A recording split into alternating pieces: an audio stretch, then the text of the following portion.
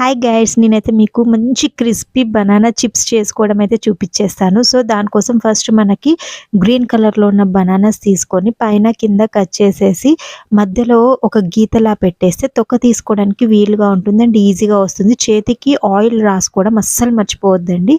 తర్వాత ఒక గిన్నెలో కొన్ని వాటర్ తీసుకోవాలి, ప్లెయిన్ వాటర్. తర్వాత ఇక్కడ చూపిస్తున్నట్టుగా బనానాస్ని కట్ చేసుకోవాలి. మీరు నైఫ్తోనైనా కట్ చేసుకోవచ్చు, లేదంటే చిప్స్ కట్ చేసే స్లైసర్ ఉంటుంది కదా, దాంతోనైనా సరే కట్ చేసుకోవచ్చు. సో ఇలా కట్ చేసుకొని వాటర్లో వేసి పక్కన పెట్టేసుకోవాలి. తర్వాత ఒక బౌల్ తీసుకొని ఇందులో కొంచెం సాల్ట్ అలాగే కొంచెం పసుపు కొన్ని వాటర్ వేసి కలిపి పక్కన పెట్టేసుకోవాలి. ఇది వేయడం వల్ల ఏంటంటే మన బనానా చిప్స్కి సాల్ట్ అనేది మంచిగా పడుతుంది. అండ్ తర్వాత ఇక్కడ ఆయిల్ అయితే వేడి చేసుకుంటున్నాము. సో ఆయిల్ అనేది ఎక్కువ పీల్చదండి. పొటాటో చిప్స్ కంటే బనానా చిప్స్కి ఆయిల్ అనేది ఎక్కువ పీల్చదు, చాలా టేస్టీగా ఉంటుంది.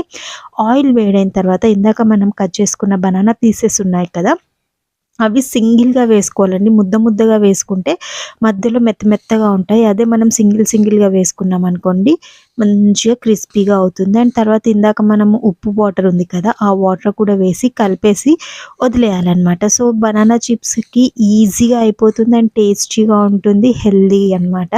పొటాటో చిప్స్తో పోల్చుకుంటే బనానా చిప్స్ చాలా చాలా హెల్దీ. ఒకసారి మీరు కూడా ట్రై చేయండి. మీకు నచ్చిన కలర్లో తీసేసుకోండి. నేనైతే లైట్ బ్రౌన్లో తీసాను అండ్ అలాగే థిక్ బ్రౌన్లో తీసాను. మా వాళ్ళు చేస్తుంటే తినేస్తున్నారు, అందుకే ఈ క్వాంటిటీలో అయ్యాయి. అండ్ మంచిగా టిష్యూ పేపర్లో వేసి ఆయిల్ అంతా అబ్జర్వ్ చేసుకున్నాక ఒక డబ్బాలో స్టోర్ చేసుకున్నాం అనుకోండి, 1 మంత్ వరకు fresh and tasty banana chips అయితే రెడీగా ఉంటాయి. పప్పులోకి సాంబార్లోకి తినడానికి చాలా చాలా టేస్టీగా ఉంటుంది. మీరు కూడా ఒకసారి ట్రై